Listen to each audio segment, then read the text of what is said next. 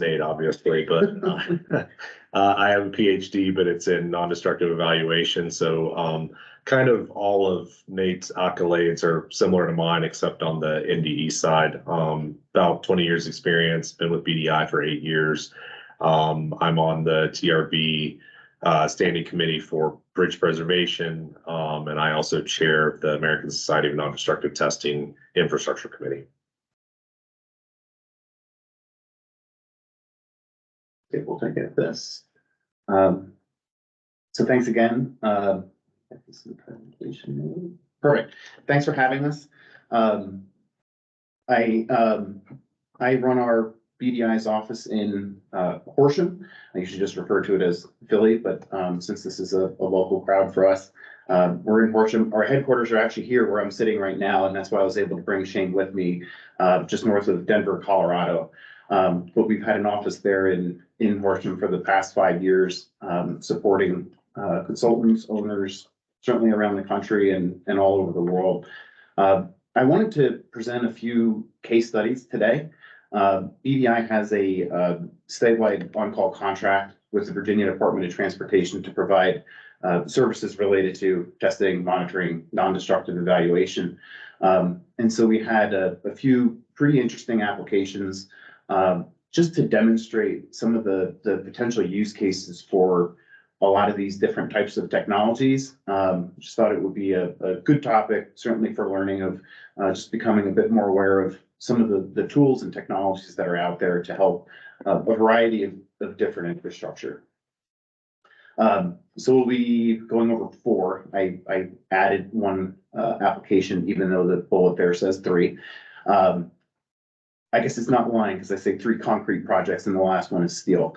But we'll be going over the Poplar Creek culvert. It's actually one of the deepest buried culverts in the country. So they VDOT went through and instrumented that to see what they could learn about that application. The Verina-Enon Bridge had a fairly comprehensive structural health monitoring system implemented there last year. The Eltham Bridge down in Fredericksburg District had again, very comprehensive post-tension duct evaluation project, and that's what Shane will be going over. And then finally, the Norris Bridge, also in Fredericksburg District, looking at a monitoring of a fracture critical element, as well as some emergency deployment of NDT approaches. I want to keep an eye on my time. All right, so to kick things off, I want to start about our application that we had at the Poplar Creek Culvert Instrumentation Project. So the image there you see on the right was a valley, and there was a highway being proposed to be built up at the tops of the peaks on either side of the valley. VDOT went through and evaluated whether a high-level bridge would work or if they could potentially fill that. There was a creek running through the valley, so they had to handle the creek if they wanted to go through with the fill option. Ultimately, looking at it as on a life cycle cost basis, it was less expensive to go ahead and bury a culvert. It did require 310 feet of fill at the deepest section. So as I mentioned in the introduction, certainly one of the, if not the deepest buried culvert in the country. So VDOT looked at this, and specifically the Virginia Transportation Research Council looked at this as an opportunity to instrument some of the precast concrete culvert sections to learn what are the external loads applied to these culverts under such a deep fill, and then what are the internal reactions to that. According to AASHTO, you have to assume that there's a single column of fill on top of that culvert. But the suspicion was that at some level of fill, you'll essentially have that, kind of arching action on top, and the forces and pressures externally applied to the culvert would level out at some level, at some depth of fill. So that was really the motivation for implementing some of the instrumentation, was again to characterize those external pressures and then the internal reactions on the sections. This did require quite a bit of this type of instrumentation application requires a lot of coordination between the contractor, the precaster, because at the end of the day, VDOT, wants this information that means these sensors need to survive They're embedded within the reinforced concrete sections. So you can see that, piece of equipment there on the right, hauling around one of these very heavy segments. I think some of at the 310-foot fill sections, the thicknesses of the walls were at least 24, if not 28 inches thick. So extremely heavy. And those are very delicate pressure cells on the outside of that culvert. So we had a great working relationship with the precaster, the contractor on site. We put together all kinds of working details, work approaches, and I've got a picture, I think, on the next slide that hits some of those points. Just look at a cross section of the site. You can see on the upper right-hand side there, the elevation of the fill, where the culvert goes through there on that elevation, and then the plan view on the bottom. A few images on the left, just looking at some of the instrumentation in there. The instrumentation was designed for a short-term application. Really, the main interest was what happens during the fill placement. After there's the 300 feet of fill, there was not too much interest in keeping the system up and running, because at that point it should just be all steady state. Obviously, those sensors aren't going anywhere. So in the future, VDOT could turn on the system if they wanted to periodically check those measurements over time. But it was a short-term application. To get some redundancy, we instrumented 2 sections at each of a 310-foot fill location and a 240-foot fill location. At that 240-foot fill location was the highest depth of fill for the lightest shape. So it was one of those things where from a kind of a loading perspective, it was technically one of the heaviest loaded sections, even though the 310 had in an absolute sense, the highest load there. Excuse me. Here you can see an application or a photo of these segments actually being placed out on site.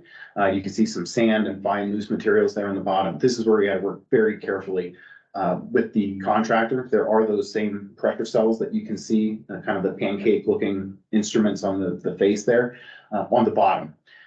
So when they place this, they drop it in place and then they winch them together. So those sensors had to survive that operation of these things being effectively almost put tension together. Across the entire project, you can see the number of sensors there on the left. It was pretty significant, 64 total of the pressure cells and 72 strain gauges. And again, the pressure cells, motivation for those was to capture the external loading. The strain gauges were within the segments to characterize what the internal force reactions were to that pressure.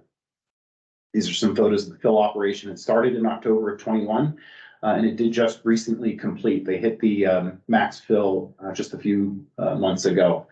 So certainly a big milestone down there. My son certainly enjoyed all the photos I was able to get of all the heavy equipment moving around site. And there's just another shot of the fill placement and what it looked like early on in the construction project. The interesting findings, and I'll just caveat this with, now that they're completed, now from my perspective and certainly the Virginia Transportation Research Council's perspective, the fun begins of going through and interpreting all of the measurements. Just from a qualitative perspective, the blue dots that you see are the fill heights. Those are plotted on the right-hand axis here. And then all of the other trend lines are all of the pressure cells at one of our segment locations at this 310-foot fill section. The moral of the story you can see is that the external pressures never did level off at an elevation, at a depth of fill less than the 310 feet. So this was certainly a surprising finding to everyone. You can see that they are starting to decrease in magnitude for correspondingly an increased depth of fill. But there never was that pure leveling off that everyone had kind of hypothesized would happen. From the internal reaction side, it was a similar story. We saw the development of strains within these precast sections continue to increase proportionately to the application of fill all the way up to the maximum depth. Just a brief recap for this type of application. I mentioned we designed this together with VTRC with redundant sensors. assuming that either during the casting operation or during the placement on site, we were gonna lose some sensors. But because we had such a good collaboration and the precaster and the contractor is there on the bottom, we only had a 4% failure rate of the sensors, which is pretty much unheard of for an application like this. We did initially use a wireless data acquisition just because of the nature of the site. We couldn't have wires running from our culvert all the way over to our data acquisition because they had placed more culvert sections. So it was initially a wireless application or a hierarchy architecture, sorry. But as they went through and completed the construction, naturally, this massive concrete components are quite a challenge for a wireless communication route. So we did have to convert that to a wired, more permanent and robust communication infrastructure. And then we had great success over the course of the 2 years of maintaining those measurements. So that's the popper, and I'd say the next steps there are, like I said, going through, reviewing, and now, the designers, the Transportation Research Council, with support from us, are going through and, interpreting the data, analyzing that, and presenting forth. I know there's quite a few technical committees and states that are interested in this. Can they design some of these culvert shapes a bit more efficiently, based on the actual loads measured through that fill operation? So more to come there. The next application I wanted to go over is the Varina-Enon Bridge. If you're not familiar with this, it's just southeast of Richmond, Virginia. It is a cable stayed structure. It's a bit hard to see the cable stays there and then the photo on the left. It's of the same design as the, I believe it's the Delaware Canal Bridge on Route 1 there, coming up from the shore points towards Philadelphia. So it's the same vintage, very similar design, and I think the same era of construction as that bridge that you may be more familiar with. So VDOT was having some performance concerns with the structure. The design, not the designer, but the VDOT's engineer at the time that was helping them rate and evaluate the structure was WSP. In 2017, 2018, WSP had provided a recommendation to monitor some specific performance parameters of the bridge, just given some of the condition and concerns that the DOT and WSP had expressed. So at that point, through our contract with VDOT, we were engaged to basically put these the memo for recommendations on monitoring into action. So the 5 areas of instrumentation that we're focused on was the delta frame and a transverse crossover tendon, and I've got some sketches that can better explain these. Looking at the box girder joint performance, the precast segmental post-tension columns, pylons, and then ultimately the stay cable performance and force evaluation. VDOT had been engaging a firm to go out every 5 years to do tension testing on the cable stays. And they looked at it as, hey, we're putting in all this monitoring. What's the incremental cost to just instrument the stay cables, and then we can get that force evaluation pretty much on demand in a continuous basis. So the first area of concern, and generally, and it's kind of teeing up Shane for the next application too, with the post-tension ducts. They're having issues with voids in the ducts, water being in there, significant corrosion and loss of some of the post-tensioning strands. So you can see in highlighted red in the section view there on the top left, what the route of one of these post-tension ducts is transversely for the bridge deck. And then you can see the outline of what's called the delta frame, kind of tying the 2 independent segmental sections together into one transverse section. So the concern was, or I say not the concern, but the motivation was, we want to know, we being VDOT, if we would ever lose one of those post-tension systems. So the image on the right shows a variety with a line of strain gauges, and the approach here was that if the post-tension element was lost, that tension obviously has to go somewhere, and it would go into that concrete component in between the 2 segments. So what we're trying to capture there with those strain gauges is picking up that actual load transfer if the post-tensioning force was lost.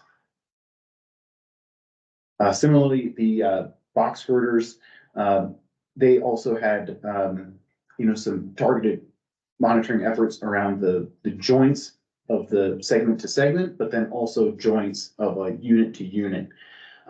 Temperature-based responses, whether or not these segments were actually, the gaps between segments were opening up, indicating some kind of a loss of post-tension force. The image on the right here is a displacement sensor. It's a strength potentiometer. So that measures the expansion contraction of the one segment relative to the other. And then we did have a separate measurement where it was measuring the segment relative to the top of the pier. So we could tie together that whole system and understand how the bridge is moving relative to a fixed framework. On the piers, again, it's precast and post-tension. Concerns about some of the condition and performance of the post-tensioning system. So some very high precision crack meters were implemented across some of the precast joints just to ensure that those were not opening and that everything was remaining kind of snugged up. And then the image there in the middle is a tilt meter just to characterize the rotation of the piers and providing an indication of health of the foundation of those piers. The pylon here, in having the presentation reviewed by PennDOT, unfortunately, I was not allowed to show a photo inside of the pylon because we did have a guy drop on ropes access down inside the pylon all the way down into the base, almost Mission Impossible style, like cracking the glow sticks to go down in there. But similarly, the image on the right is actually the Q Bridge up in Connecticut, where we're using rope access to instrument the pylon. So it's a similar application there, but just a different structure.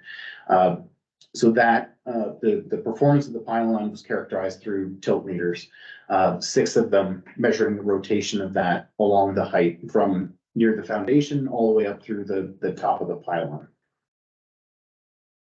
And then finally, as I mentioned, VDOT took the opportunity to increase the scope of the monitoring system a bit so that they could realize a better, cost savings in the future, and just permanently instrument the stay cables with an accelerometer. And it gives them a lot more insight into seasonal variation in those stay cable forces, as well as understanding what the magnitude of vibration is during any high wind events that may come up the coast. Tying all of these sensors together for an application like this, unlike the Poplar Creek project, where this is a permanent implementation of a monitoring system. So this does require a different standard of care in deploying the cabinets, electronics, communications. So we worked together with VDOT on this to implement a robust, protected, and durable instrumentation system that'll last them a significant amount of time. Next steps here, it's kind of a similar stage where we are, what we're doing now is evaluating the baseline of the structure. So the monitoring system has been in place for about a year, and now we're just understanding what does a day in the life of the Verina-Enon Bridge look like, so we can characterize what is normal behavior, so that moving forward, we could alert VDOT and their different consultants that they have engaged through their other contracts to a potential scenario of concern, and then we can deploy inspectors or folks to go out and verify what the nature of that alert may have been. So we're going through this process right now, finalizing what this website looks like and what alerts are of interest to VDOT, who gets them, at what level, do people receive these alerts? These are all important considerations to have before someone's inbox gets lit up with 100 emails from our monitoring system. And at this point, I'll turn it over to my colleague Shane to talk about our project on the Eltham Bridge. Yeah, so kind of moving to another pre-stressed design structure, a little bit different. This was in a segmental box. These were AASHTO bulb tees, 4 big AASHTO bulb tee spans on either side of a bascule. Each span ranged from about 180 to 220 feet for a total PT structure length of 880 feet with the bascule in the middle. Each span had 7 girders. Each girder had 3 embedded PT ducts in it. So when you stacked up all the ducts together, you're talking about 5 miles of PT duct to be inspected. VDOT inspected these back in the late 2010s. Lots of spalls from freeze thaw within the ducts themselves, so the duct expanding and contracting due to moisture within it. They were, excavating some of the ducts and identifying voids, water, etc. So VDOT came to us and said, hey, we're going to have to repair this bridge and or replace it. At this point, it is more efficient for us to have you inspect every foot of the 5 miles of ducts here than it is for us to replace the bridge if we can really be prescriptive on where we repair these ducts. So we proposed a multi-technology approach with non-destructive evaluation to identify where exactly those voids in the ducts were. That included ground penetrating radar, impact echo, and ultrasonic tomography, which I'll refer to as MIRA for the rest of this presentation. So task one was essentially to do that NDE. The ducts were harped. We had design plans for them, and it turned out that the designs were pretty accurate, the as-built. But obviously, in order to perform reliable acoustic testings with the MIRA and impact echo, we wanted to be able to position our instrumentation directly over the duct. So first, we used GPR to identify exactly where the ducts were. We spent a lot of time really laying out specific grids. We tested every 4 inches with MIRA and impact echo. So it's talking about tens of thousands of data points. But then once we laid out the ducts and the testing grid, we then performed the acoustic testing, which was impact echo and MIRA, to identify condition of the PT ducts, identify any presence of voids or other defects. And then the second task was kind of twofold. A, to validate and verify our findings back to VDOT so they would have a warm, fuzzy feeling when they provided that to the contractor to repair, but also to see if we could identify any of the degradation mechanisms. So we cored to the duct, we excavated the duct, and then we took powder samples for chemical testing. And then where we validated voids, we did a borescope-based visual inspection. Traffic control, pretty big deal on this one because it was 12 months of pure testing. So we set up a full eastbound and westbound lane subsequently to each other, so they were not in tandem, but we did eastbound first, bolted down semi-permanent Jersey barriers, type F barriers. The plans, one of our subs for that was WSP. They put together traffic control plans for us, had to do all the restriping and barrel placement. So pretty big traffic control process.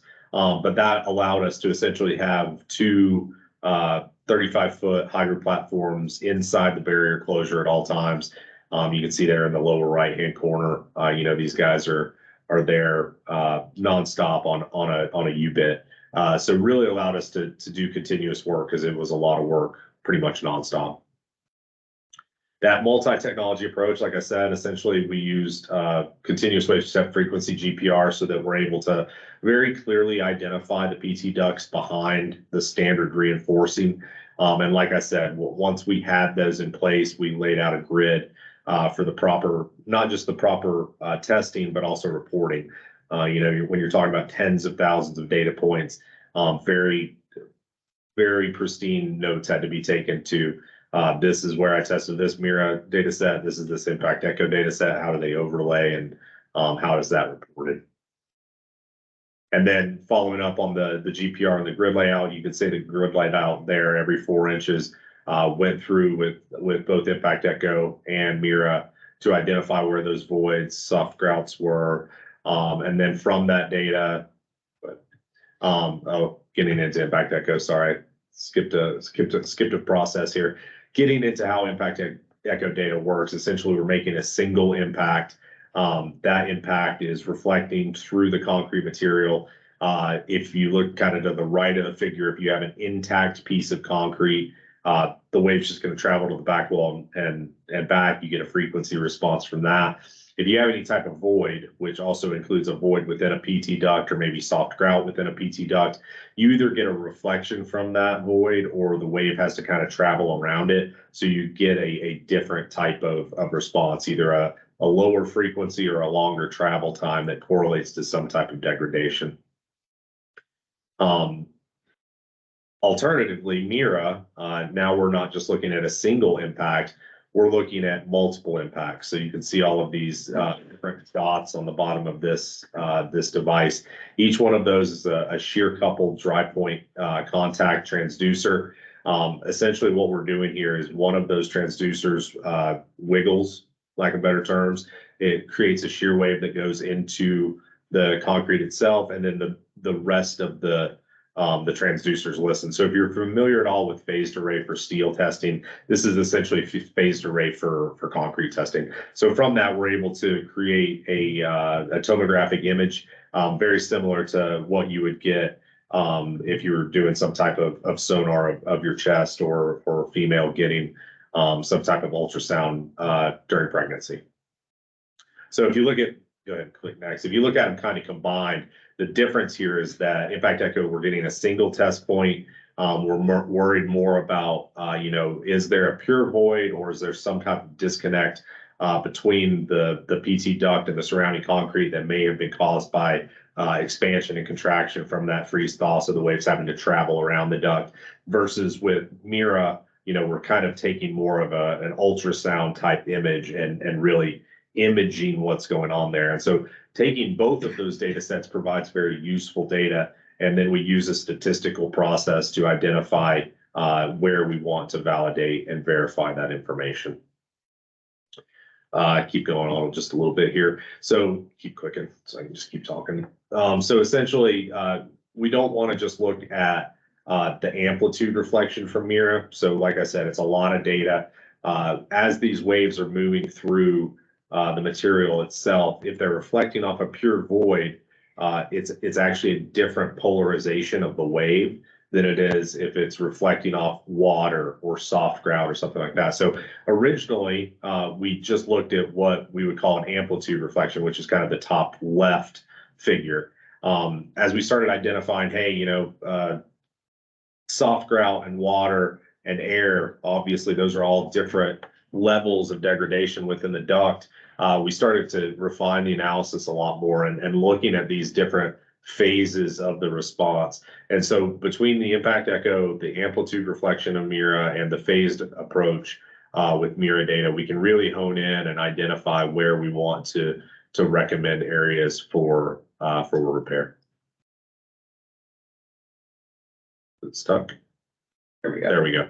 And then, so ultimately, it's not, this isn't just internal research. NCHRP 1428 recommended kind of what we're doing essentially is to take these multi-data technology sets and compare them, create a statistical evaluation. And so from there, we've also added that phased analysis portion. So we're able to add another level of data to refine our model even more. So you kind of see on the left, we've got that amplitude reflection from Mira. On the right, you see the Impact Echo results. Well, that the solid line kind of in the middle there is a good back wall reflection. You kind of see on the back, it looks as if the section is longer. What's really happening there is the wave is having to travel farther because it's going around a void in the duct. And so essentially the wave travels farther. If you're just analyzing for back wall reflection, it makes the back wall look like it's further away, but it just really means the wave's traveling around some type of void. So it lines up perfectly with the Mira data there on the lower left as well. We take all of that data, and like I said, because we're talking about thousands upon thousands of data sets, we then look at where we had a Mira indication, so that kind of top plot there, and an Impact Echo indication, so where we see those longer back wall deviations. And so you kind of see where we've called out, okay, here's a single set of data that is called out with Mira. Here's one with Impact Echo, and here's one where it's a double validation point. And then also here's one where we have no indication that we want to validate that as well too. Like we want to have true negatives, true positives, false negatives and false positives so that we can truly create that risk management process for the repair. And then after we have all that data, we then go in through and do both the void validation and the testing for the powder samples. And so on the chemical testing, we tested for chlorides, sulfates, pH, and carbonation. And you could say a couple of the examples there in the bottom center is an area, you can kind of see it from the lines drawn, but that's actually an area of the bottom of the harp. So it's, a lot of times when we do PT duct inspection, the statistical and programmatic way to do it is to say, okay, well, we're only going to inspect the top portion of the harp because that's where we think that the bleed water and the soft grout should be. Well, it turns out that, sometimes you get clumps, you get bad consolidation, et cetera, and these voids can really be anywhere. So if you've got an extensive issue with this, it's best to go ahead and test everything. So you can see in the bottom right, very extensive void. That void stretched about 7 feet. And then bottom middle, that particular hole, we drained, I think, at least 2 Homer buckets of water out of it. So you're talking 10 gallons of water that came out of a single duct excavation there. We take all of that data, and obviously if I were to present the impact echo and Mira plot that I showed you before as my results to an owner, I'd be accused of the standard squiggly line vendor result. And so we've got to give them something that's meaningful. We take our measurements and then we turn them into actionable results. Essentially, so what we're looking at here is a plot of the three ducts themselves in a to scale CAD drawing, identifying the elevation of the girder, the distance along the girder, green being no indication, yellow being an indication from one of the technologies, red being an indication from both, and black being areas that we couldn't test. So kind of there between the middle of Pier 8 and Pier 10, you see either single or double verifications. And you can kind of imagine, that typically the double indications are within an area of a single indication. The degradation gets, a little bit poorer and then severe as it gets into the middle of that area. But that gives the owner, in this case VDOT, as well as the contractor, a very good idea. Okay, well, between Pier 8 and Pier 10, I've basically got to repair that entire section of duct. And so in summary, task 1, we went through and we performed all of those non-destructive evaluation techniques. Task 2, we did our physical testing, and then the analysis and presentation of those results was such that, we were doing a statistical methodology as well as advanced phased analysis, combining those locations of degradation so that we could recommend areas, not just for validation testing, but also for potential voids for the client to be able to present that to their contractor. Thanks, Shane. No problem. So then our last case study, and the timing is working out well here. We should have about, I'd say, 10 or so minutes for questions that you may have on any of these applications. Excuse me. But the last case study here that you see the picture of is the Robert Norris Bridge. This is near Whitestone, Virginia. It's a very long structure, as you can see. I believe it's just over 2 miles in total length. It's all steel truss with some multi-girder, shorter approach spans closer to the shore. It carries State Route 3, and that was the Rappahannock River. It was built in 1957. It is a critical infrastructure. It's only 2 lanes and 2 narrow lanes at that. The nearest detour is 80 plus miles and about an hour and a half of driving, as you could imagine. Just from the map view, if that bridge were to be closed, that would be a significant detriment to the communities on either side of that body of water. I'd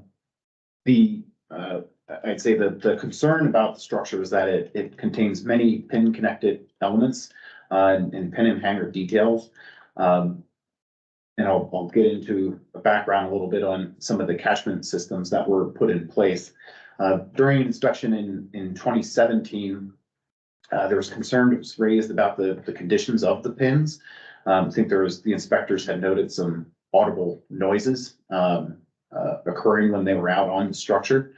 And then in addition, VDOT was concerned that, you know, the pins were in such bad condition that maybe these catchment systems that they had put in place are actually fully engaged in taking on load. So there's a variety of response that was put out on an emergency basis. Most of the pins were inspected using ultrasonic testing, just looking to evaluate the condition of those. And then similarly, monitoring system was quickly mobilized so that the strains on the catch system could be characterized to understand, is that catch system under a load? Is it carrying the dead end live load at that connection, or is it still going through the pin and hanger detail? So in the middle of the photo there, you can see the bottom pin and then the hanger going up into the cross frames there. The catch system, the tension portion of the catch system, you can see in the four Dewey dag bars there on the right-hand side. So those were actually the elements that were instrumented. As you can see here, with the, you know, logic as that catch system was taking on more load, it's gonna be putting more tension into those elements, which is fairly straightforward to measure with strain gauges. So without any power communications on the structure itself, a solar power and remotely communicated monitoring system had to be put out there. The initial system was only 2 of these catch systems at the same location on the structure. So 16 strain gauges, each equipped with a thermistor so we can do temperature compensation. And then the data acquisition itself was a low power wireless based data communication framework. We weren't really interested in any high speed or dynamic measurements for this. We were just looking for any changes in long-term distribution of load. So the measurements were only made every 2 hours. A load test was conducted to evaluate what level of force was being, if any, was being distributed into the catch system.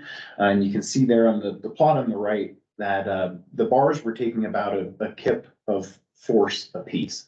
And it was, I forget off the top of my head what the magnitude of the truck. I'm sure it was probably about 60 kips. So the finding there was that the structure was distributing load as originally designed and built.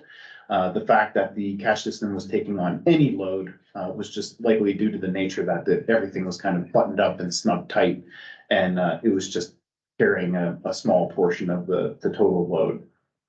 So ultimately, we were able to answer that question kind of right off the bat, and then again had confidence in that the monitoring system would provide that information that VDOT wanted to know. If that force distribution ever did fully transfer, it would be pretty easily and readily picked up by the monitoring system. So with that initial approach validated, VDOT did continue that monitoring program for about a year. And then in 2018, when our first statewide instrumentation and monitoring contract was put into place, VDOT did go through and expand that system out to quite a few other pin and hanger details. And there's a few other areas of concern they had about the bridge that we did include, and I'll hit those on the next few slides. So again, the scope of the monitoring areas were expanded, and a few details of the bridge that had been manually monitored through inspection in the past were included because it was a significant cost just to get a person out there. You can see it is a bit more of a complex lane closure because it's only 2 lanes and it's fairly narrow. They have to use what are called AFADs. It's an automated flagging device. I forget what the second A is for. But basically they can't have people with flags out there because if there would ever be a runaway vehicle, they have nowhere to go except to hop over the railing. So people aren't allowed to be out flagging. They have to use an automated flagging device. And of course, always costly to have a snooper out there. So, and, you know, along with the safety code and some of the other safety components that are required. So it was a very costly exercise just to go out and make some of the manual measurements. So again, VDOT was like, hey, I think we can save a lot of money in the long run, just by incorporating some of these additional current concerns we have into the monitoring scope. So the one concern specifically that they had was the gusset plate here that you see in the middle. There was some out of plane deformation of the plate, and you can see some of the notes from the visual inspections and the manual measurements that had been performed over the years. Those were indicating no changes at the time of inspection. VDOT just wanted a bit more of a level of comfort to know that it didn't drastically change pace of movement, or that seasonally things were moving that they weren't capturing with the annual inspections. So we implement it, and you can see in that same photo, those are 3 displacement gauges, just measuring different positions of that gusset plate, with the one in the middle being right at the point of the maximum out of plane deformation. These again are also equipped with a thermistor so that we can make any of that correlation of any measured displacement with temperature. Because in that case, if it's just riding along with temperature changes, then it's not of concern, because that's just normal and to be expected. And as a kind of an immediate answer to that, the bottom plot here is over a period of about 3 years. The maximum displacements measured were just over, or I'd say just under about 200ths of an inch. And you can see it's cyclical, perfectly correlated with temperature. Long story short, that plate is not moving anywhere.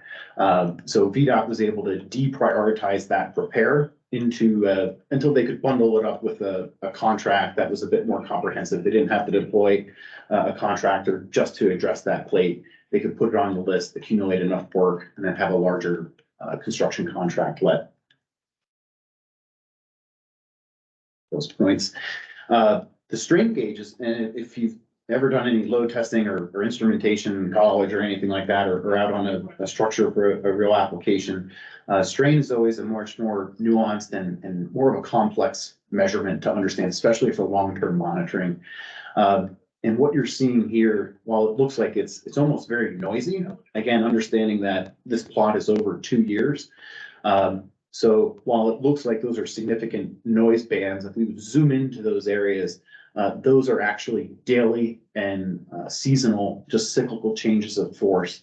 And again, as you could imagine, that catch system was snug tight to the point where it was taking a small portion of live load. It's also going to get a good amount of temperature induced forces as well. So you can see a larger change in the state of strain in the summertime. And then when you get into the winter months, that band of strain response narrows. So again, we could say this is not of a concern. This is just normal due to temperature induced effects.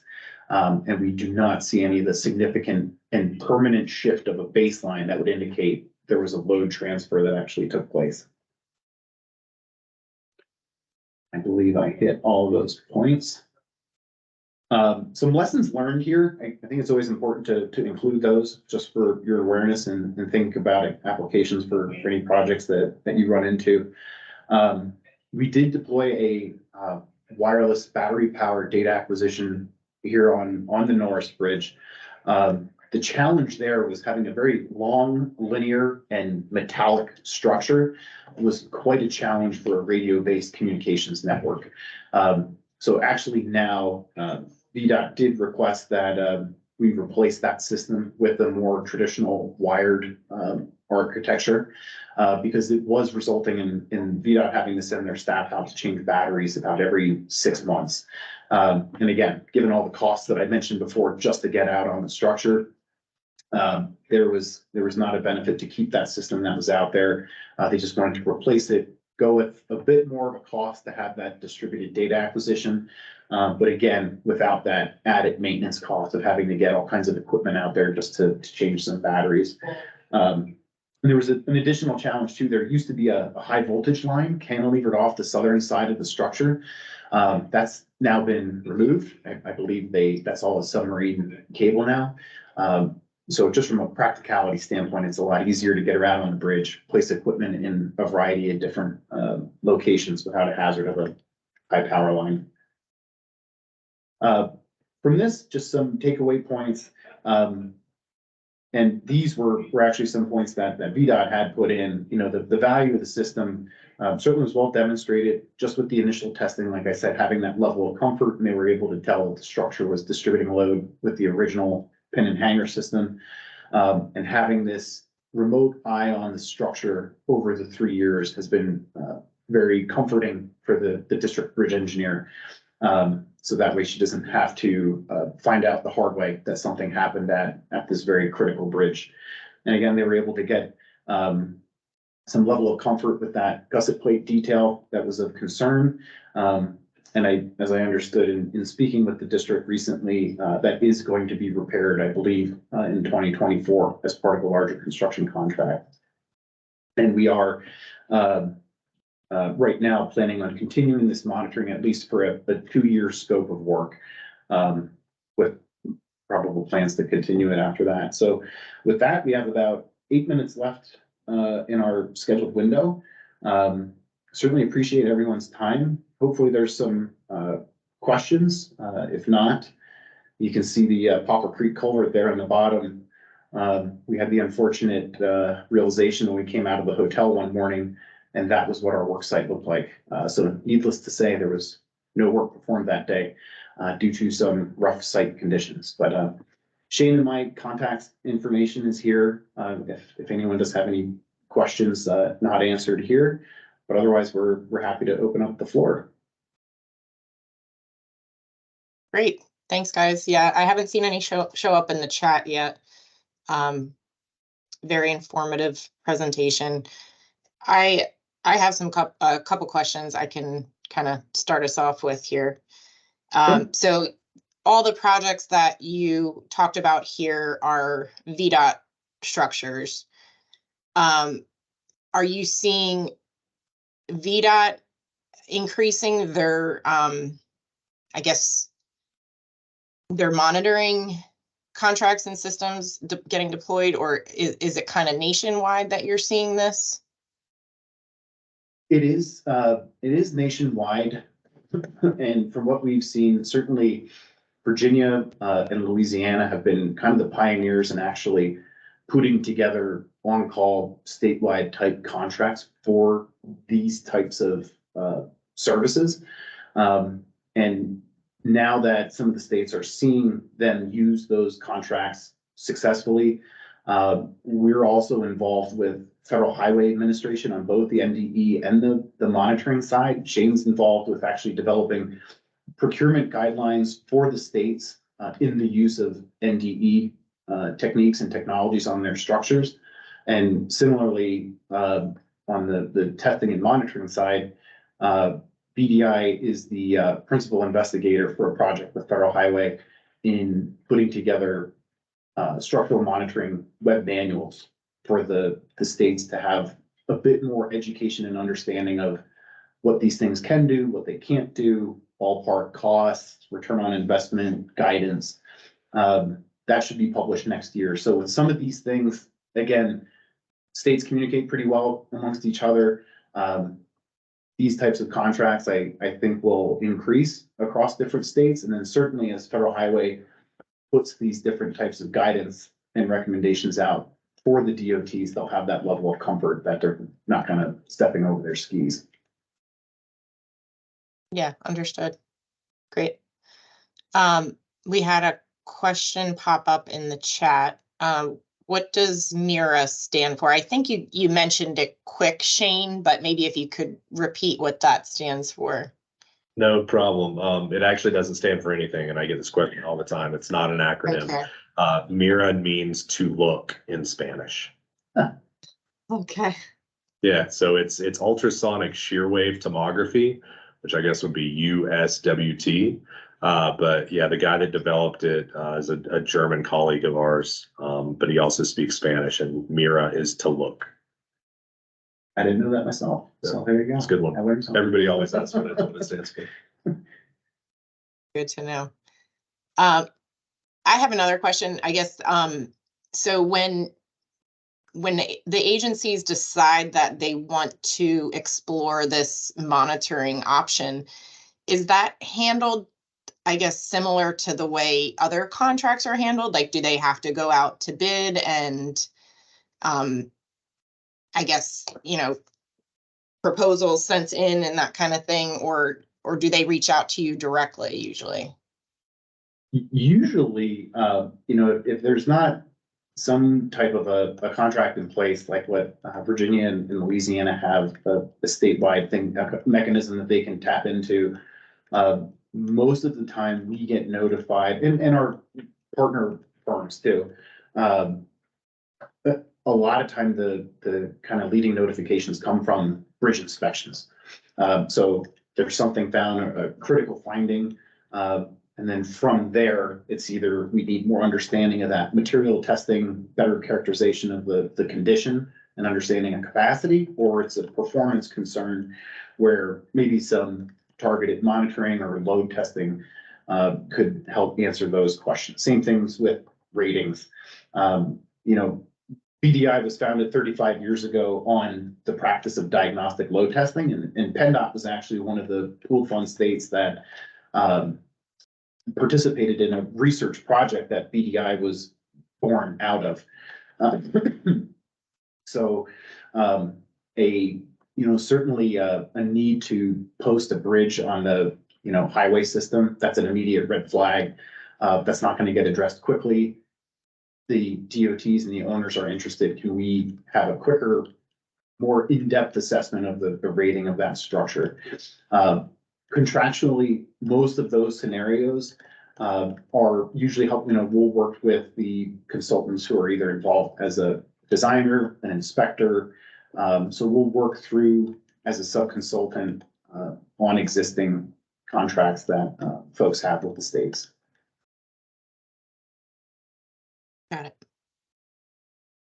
All right, we had another question pop up. How thick were the walls, roof, and floor of the box culvert? Were large diameter bars necessary to reinforce it? The thickness of the floor and the ceiling, if you will, like I said, I believe were 28 inches thick.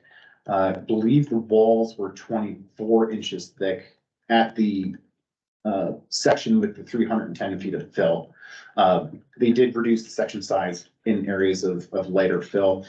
I don't recall what the size of the rebar was. We didn't have any involvement with the actual structural design of those culvert sections. So, I don't know that answer, unfortunately. Okay. All right, we got another question popped up. For the culvert, your initial results indicate pressure at the culvert continues to increase with depth, contrary to your expectation, which would seem to indicate that we don't fully understand what is going on. What do you plan to do with these findings? Well, I think the one immediate finding or the one immediate takeaway is that AASHTO design guidance isn't overly conservative as people were initially thinking. And in that case, it's, we've been doing it the right way, and the sections did need to be that thick. So I think that is an important finding, certainly to other designers and DOTs across the country, that if there are these applications of deep fill over the reinforced concrete culverts, that they have to assume a column of fill the full height of the depth on top of it. And that there can't be any reductions of that by assuming any, distribution of fill above a certain height. So, even though it's different than I think maybe what folks were hoping for, it's still an important validation of the code that we designed these by. Yep. I think those are some good findings and good confirmation that the code is doing what it should do. Yep. All right. I'm not sure if we have any other questions. So with that, I'm just gonna, maybe one popped up. Okay. Another one on the culvert, how the arching action of fill was effective for twice the depth of the culvert.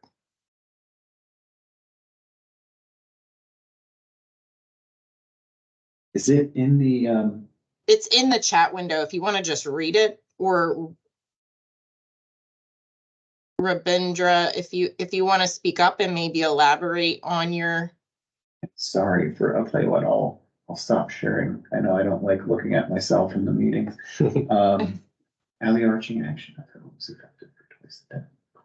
Yeah, I don't know if I understand the question. I'm sorry.